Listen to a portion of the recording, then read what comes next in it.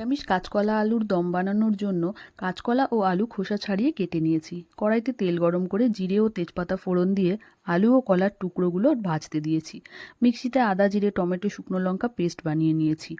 আলু ও কলা হালকা ভাজা হলেই মশলার পেস্ট দিয়ে নেড়ে চেড়ে হলুদ গুঁড়ো, সামান্য ধনে গুঁড়ো দিয়ে ভালোভাবে কষিয়ে গরম জল দিয়ে ফুটে উঠলেই নুন, চেরা কাঁচা লঙ্কা দিয়ে দিয়েছি।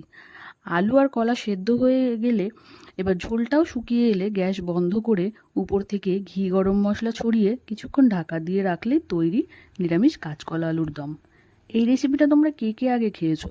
যদি না খেয়ে থাকো তবে একবার বানিয়ে খেয়ে আমাকে কমেন্টে জানিও। আর হ্যাঁ, ভিডিওটা দেখার জন্য অসংখ্য ধন্যবাদ। আর হ্যাঁ, চ্যানেলটাও সাবস্ক্রাইব করতে ভুলো না।